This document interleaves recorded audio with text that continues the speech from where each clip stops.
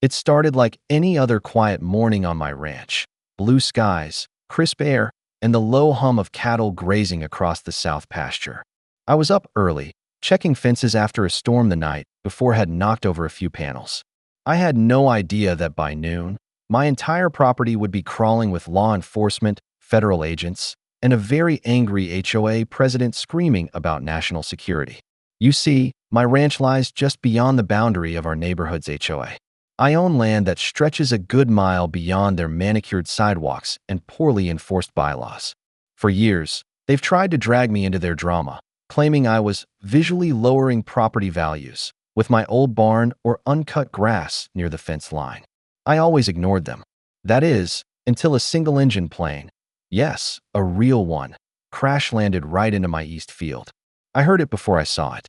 A strange sputtering in the sky, then a snap, a tearing roar like the air itself had been ripped open, followed by a thunderous slam that shook the earth. I dropped my tools and sprinted over the ridge. There it was, smoke curling up from the crumpled fuselage of a small private plane, bent like a broken toy, wings shattered against the rocks. I thought someone had died. But by some miracle, the pilot was alive, conscious, and climbing out, dazed and coughing. I called 911, gave them coordinates, and did everything by the book. Kept my distance, checked for leaking fuel, made sure the guy was stable until first responders arrived. The sheriff's deputies showed up first, then the fire department. It was a serious scene, but controlled. That was, until Karen showed up. HOA Karen, president of the Fair Glen Estates Homeowners Association. She'd seen the plane go down from her kitchen window, or so she later claimed, and apparently decided that gave her jurisdiction. She came barreling through the brush in her Lexus SUV, nearly ran over a firefighter, and launched straight into a tantrum. She was yelling that this crash was clearly the result of illegal aviation activity, whatever that means, and demanding that the pilot be arrested. When the sheriff told her to step back, she lost it. Claimed the entire crash had endangered the HOA's airspace. Yes, she really said that. Our airspace. She pointed at me, shrieking about how I must have built an illegal landing strip, that this was part of some underground smuggling operation, and that my land needed to be seized. Everyone just stood there, baffled. One paramedic actually laughed. But Karen wasn't kidding. She pulled out her phone and called 911 again. I want to report a terrorist event in progress, she told the dispatcher, right in front of everyone. There's a crashed aircraft on unauthorized land, and the property owner is interfering with federal investigation. The deputy's eyes got wide. Ma'am, you just made a false federal report, he warned. But she was already marching toward the wreckage, snapping photos like she was on some episode of CSI. I tried to stop her, said she was tampering with evidence, but she wouldn't listen. Even when the FAA investigators pulled up, she waved her HOA badge at them like it meant something. That's when everything changed. The FAA officials arrived in two unmarked SUVs, their jackets clearly labeled and their demeanor sharp and professional. They took one look at the scene and immediately began working with precision. Bright yellow tape was stretched around the crash zone within minutes, and all civilian movement was restricted. Karen, of course, refused to leave. She kept repeating, "I'm the president of this community. I have rights." One of the investigators calmly explained that she had no legal standing on my property and that the incident now fell under federal jurisdiction. She scoffed, crossed her arms, and began recording everyone on her phone, muttering something about how she was going to expose the deep state. While the FAA began assessing the crash site and interviewing the pilot, who, by the way, was a Navy veteran ferrying a decommissioned trainer aircraft to a museum, Karen stormed off to the sheriff and demanded I be arrested. For what? The sheriff asked, clearly exhausted. For allowing the crash, she snapped. The sheriff blinked a few times, probably trying to decide if she was serious. Ma'am, you don't get arrested because a pilot made an emergency landing on your field. That's not how any of this works. But Karen wasn't done. She marched to the back of her SUV and pulled out a bright orange clipboard with Fair Glen HOA embossed on the front in gold. She waved it in the air like it was a badge, claiming she was executing a citizen's audit. I had no idea what that even meant. She started pointing at my barn, yelling about how it was non-compliant, how the rusted silo could be classified as a visual hazard to low-flying aircraft, and how my fence was probably installed without a certified aerial clearance plan. The sheriff asked her politely, then less politely, to return to the other side of the perimeter tape. She refused. Then she tried to wedge herself between two paramedics loading the injured pilot into an ambulance. "I have questions for him," she shouted. "He needs to disclose whether this was a planned drop-off. Is this ranch being used as an airfield for undocumented cargo?" The fire captain turned and said, "Ma'am, please leave before we consider detaining you for obstruction." She backed off, muttering, but stayed within earshot, furiously typing on her phone. Within the hour, news helicopters began to circle overhead. Someone had leaked the emergency call, probably Karen herself. Channel 5 was first on the scene. A young field reporter approached me at the fence, asking for a statement. I gave a calm, fact-based rundown. A plane experienced mechanical failure. The pilot made an emergency landing, and emergency services were promptly called. I praised the professionalism of the sheriff's department, fire crew, and FAA. Meanwhile, Karen could be seen in the background waving her arms, yelling into her phone, and gesturing wildly at my barn and the debris. Her rant was picked up on several news cameras. "This is what happens when rural developments go unregulated," she screamed. "People like him think they're above the law. They build what they want, park where they want, and now they're hosting unauthorized aircraft." That evening, after the wreckage was secured and the pilot taken to a nearby hospital for observation, the FAA agents returned to speak with me again. They asked about property lines, easements, any history of issues with the HOA. I told them everything. How Karen had been trying for years to annex part of my land into the HOA. How she once filed a complaint about the color of my soil. And how she'd recently sent me a cease and desist letter over my flagpole being too tall. One agent scribbled notes while another asked if I had any footage. I did. One of my trail cams, usually aimed at the tree line to monitor coyotes and trespassers, had caught the entire incident.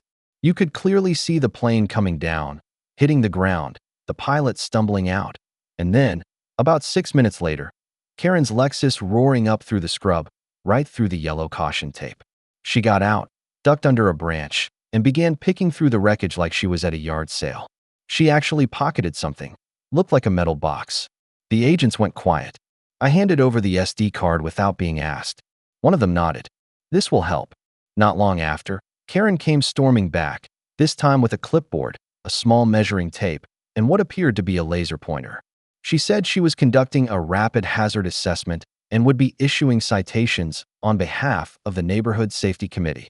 "Ma'am," one of the FAA officials said firmly, "you are interfering with a federal crash site. That is a violation of Title 49 of the U.S. Code. Please step away immediately." Karen smirked.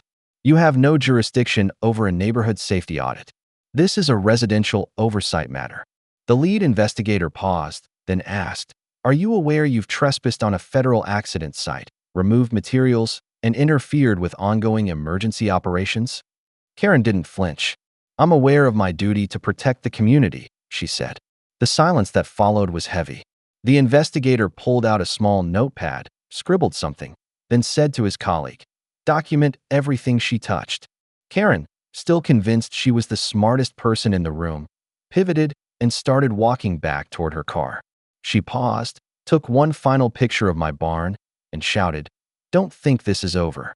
You'll be hearing from the HOA legal committee." As she drove off, the investigator turned to me and said, "Don't be surprised if this escalates. We've seen this kind of interference before, but rarely this blatant. There may be more questions in the coming days." I nodded, thinking that'd be the end of it. I was wrong.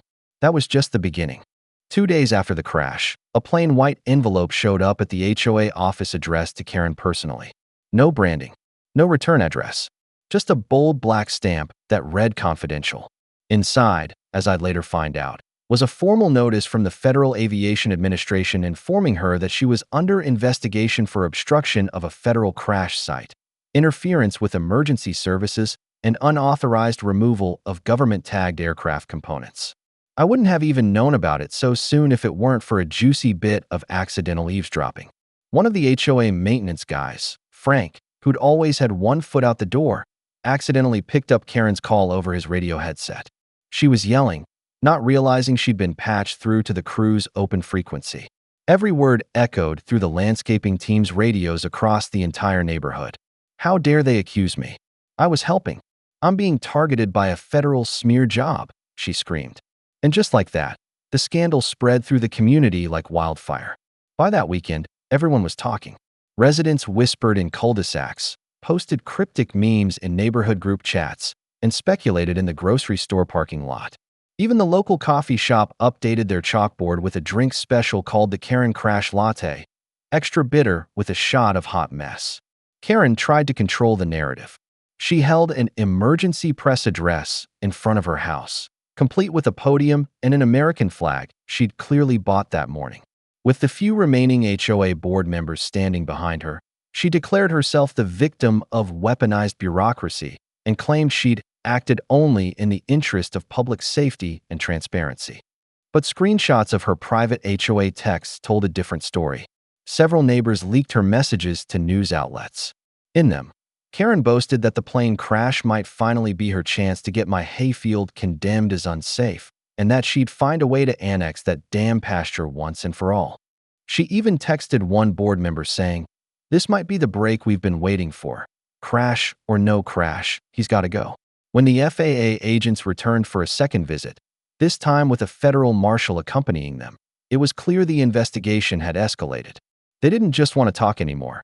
They came with direct questions and a list. A very specific list. They asked Karen to produce any aircraft materials she may have removed from the site. At first, she claimed she had turned everything over informally during the original chaos. Then she tried to say she didn't remember taking anything at all. But the FAA wasn't buying it, not for a second. Turns out, one of the objects Karen had taken was an emergency locator beacon, which had an active GPS tracker installed. That beacon had pinged repeatedly from one address, the garage of Karen's home. It didn't take long for them to secure a search warrant. It was executed early the next morning, just as Karen was hosting a brunch meeting with the remaining HOA board members. Federal marshals and FAA officers arrived quietly, respectfully, but with authority. They knocked once. When there was no answer, they opened the gate, entered the premises, and executed the search. Inside Karen's garage, they found not just the locator beacon, but also fragments of the fuselage, cockpit glass, a charred seatbelt, and, most damning of all, a cracked pilot's headset, wrapped in bubble wrap and labeled with a sticky note. Proof of unsafe aircraft. She had actually created her own evidence folder. They also found handwritten notes mapping out supposed flight patterns over HOA land, a binder of safety code violations she'd typed up herself, none of which had any legal basis, and photos of my barn taped next to photos of various municipal eyesores, as if she were preparing a visual presentation for a courtroom that didn't exist. Within 48 hours, Karen was served with a $22,000 civil fine from the FAA for obstruction of a federal investigation, unauthorized tampering with an aircraft accident site, and possession of government-tracked materials. But that wasn't the worst of it. They also officially designated her a hazardous actor, a term used by federal agencies to describe individuals who interfere with emergency or safety procedures. That label came with real consequences. It barred her from ever holding any position, paid or voluntary, related to emergency preparedness, neighborhood safety, or any federal coordination activities. In other words, she could never again use safety as an excuse for her power games. Even so, Karen didn't go quietly. She contacted every local news outlet, claiming she was the victim of a coordinated character assassination, orchestrated by rural landowners and aviation lobbyists. On camera, she sobbed dramatically about being punished for trying to keep her community safe from rogue flyers. But the tide had turned. Her board crumbled. 3 members resigned within a week, citing a complete breakdown in ethical leadership. One of them, a quiet, retired dentist named Alan, hand-delivered a letter to my front porch. It read, "I'm sorry for the years of tension. What happened this week opened my eyes. You were never the problem. Karen was. Please accept this small gesture of peace. Do what you want with the letter. Just know some of us finally see things clearly now."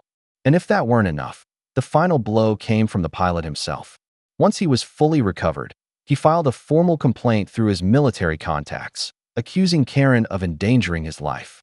His statement outlined how her tampering with the site, particularly the emergency beacon, could have delayed his rescue, especially if the crash had occurred farther from the road. That took things from civil to criminal. Federal investigators reopened their files. The local sheriff's department joined the inquiry, and word got out that a grand jury might be convened to determine whether Karen's actions rose to the level of criminal negligence or obstruction of emergency response. And just like that, the woman who'd spent her life trying to control others using rules, threats, and petty fines was now facing legal consequences that not even the HOA could shield her from. And this time, she wasn't holding the clipboard. She was sitting on the other side of it. After news of the federal fine spread across town, Karen became a ghost of her former self, at least publicly.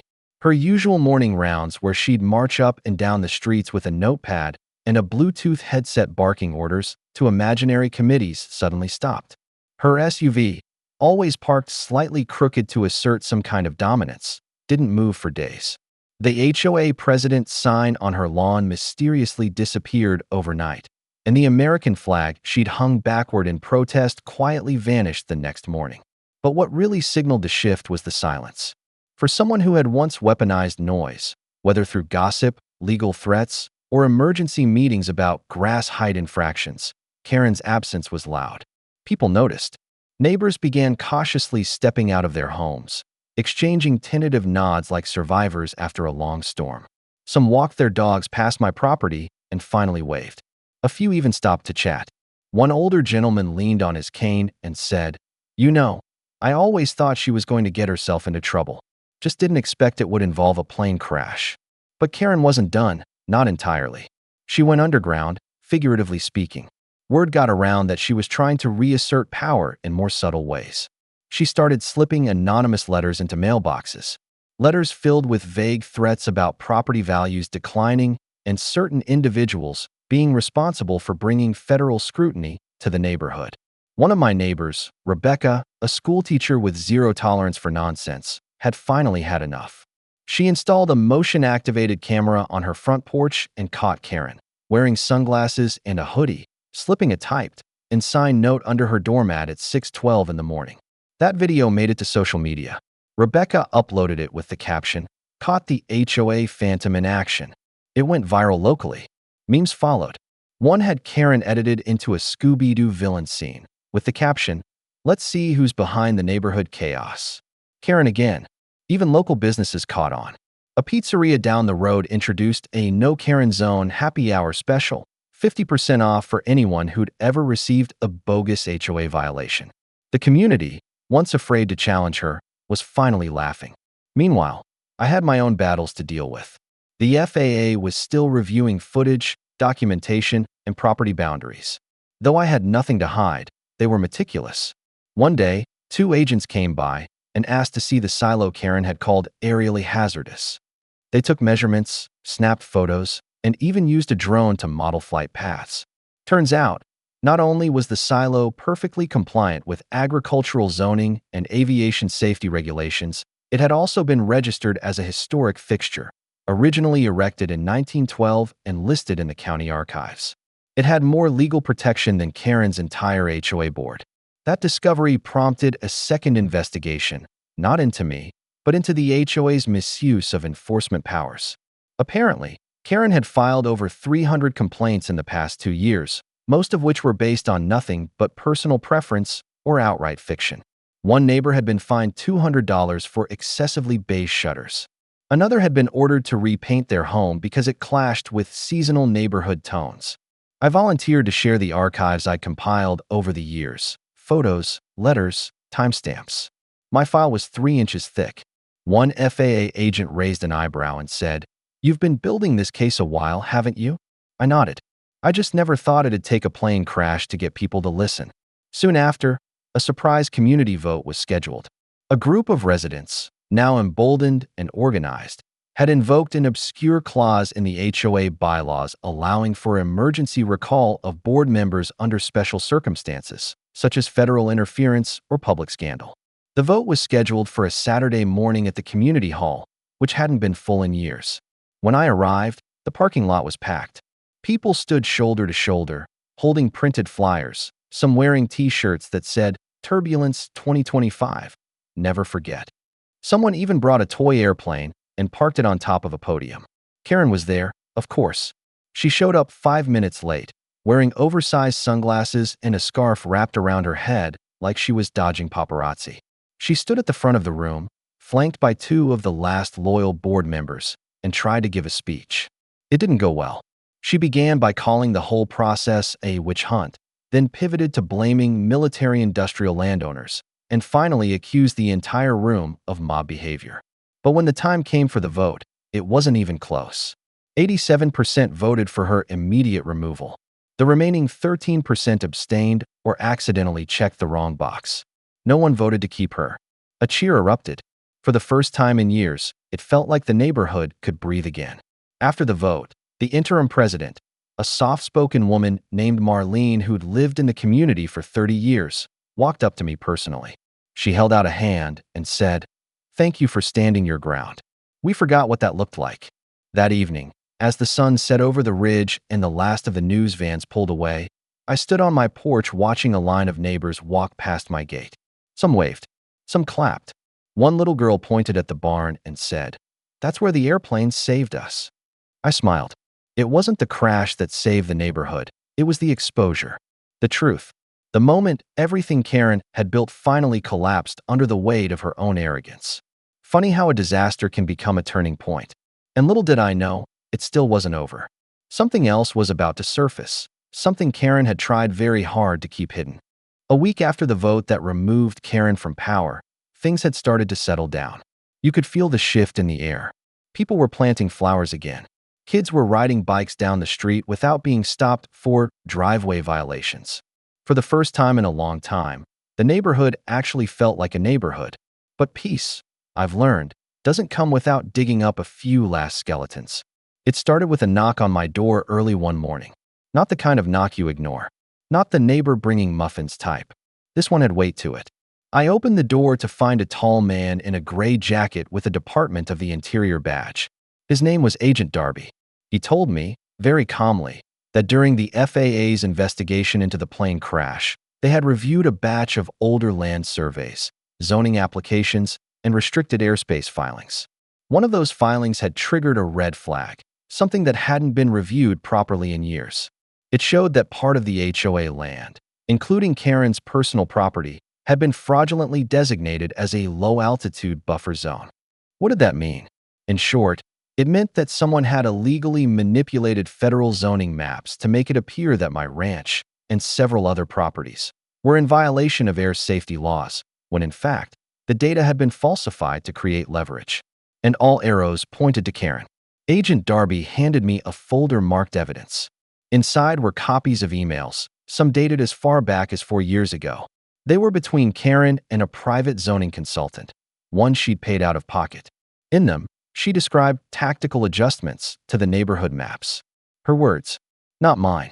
She also attached high-resolution scans of zoning plans with portions of my ranch highlighted in red, accompanied by comments like, "Must appear in violation to enable HOA control."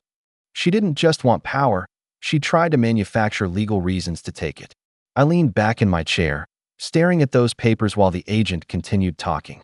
Turns out, Karen had applied for grants and emergency funding using those falsified maps. She claimed the HOA was at aerial risk from nearby private landowners, people like me.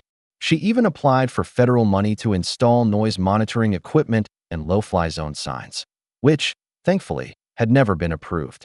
But here's the kicker. She did receive 2 smaller grants for community risk mitigation and aviation hazard signage. Around $12,000 total. And where did that money go? Right into the HOA account, which she controlled unilaterally. What Agent Darby told me next still stuns me to this day. Because Karen misused federal zoning information, filed fraudulent documents, and funneled government funds into a private HOA budget, she was now facing possible federal fraud charges. Not civil, criminal. The Department of the Interior had opened a case file. The Office of the Inspector General was reviewing her financial activity. And the zoning consultant she'd worked with? He'd already flipped, handed over everything in exchange for immunity. This wasn't just about a plane crash anymore. This was about systemic fraud. Later that afternoon, Karen's house was searched again. this time by federal officers carrying cardboard evidence boxes. The neighborhood stood quietly watching as she stood on her porch in a bathrobe, arms crossed, refusing to speak. The officers came out an hour later carrying hard drives, binders, a laptop, and even a trophy labeled Neighborhood Guardian 2019. One of them said under his breath, "That aged poorly." By the next morning, the headlines told the story. HOA president faces federal charges for zoning fraud and misuse of emergency funds. Karen disappeared after that. No one saw her at the store. No social media posts. Her car stayed in the garage. Word was she'd retained a high-priced lawyer from the city. But even they couldn't make the charges disappear. A few weeks later, I was invited to a closed-door community meeting, not as a suspect, not as an enemy, but as a speaker. They asked me to explain what really happened that day the plane crashed, what the FAA discovered, and how we got from scorched hayfields to federal indictments. So I told them. I laid it all out. Not with anger or smugness, but with truth. Because when someone uses fear, paperwork, and power to control a community, the only cure is exposure. Light. Transparency. After the meeting, people didn't just shake my hand, they thanked me. One older couple told me they'd almost sold their home out of fear last year. Another man said he'd taken down his for sale sign just that week. By month's end, a new HOA charter had been drafted, one that banned lifetime appointments, required financial transparency with third-party audits, and included a clause forbidding the HOA from ever interfacing with federal agencies without full neighborhood consent. Karen's reign had ended, but the lesson stuck with us. All because of a single freak accident in a hayfield, a moment that could have been tragedy, but turned out to be transformation. The pilot, by the way, returned one final time, this time to thank the neighborhood. We held a small barbecue in his honor. He stood up, raised a glass, and said, "Of all the places I could have crash-landed, I think this one needed me the most." And we all laughed, because we knew he wasn't wrong. Sometimes, the sky falls to wake everyone up. And in our case, it worked.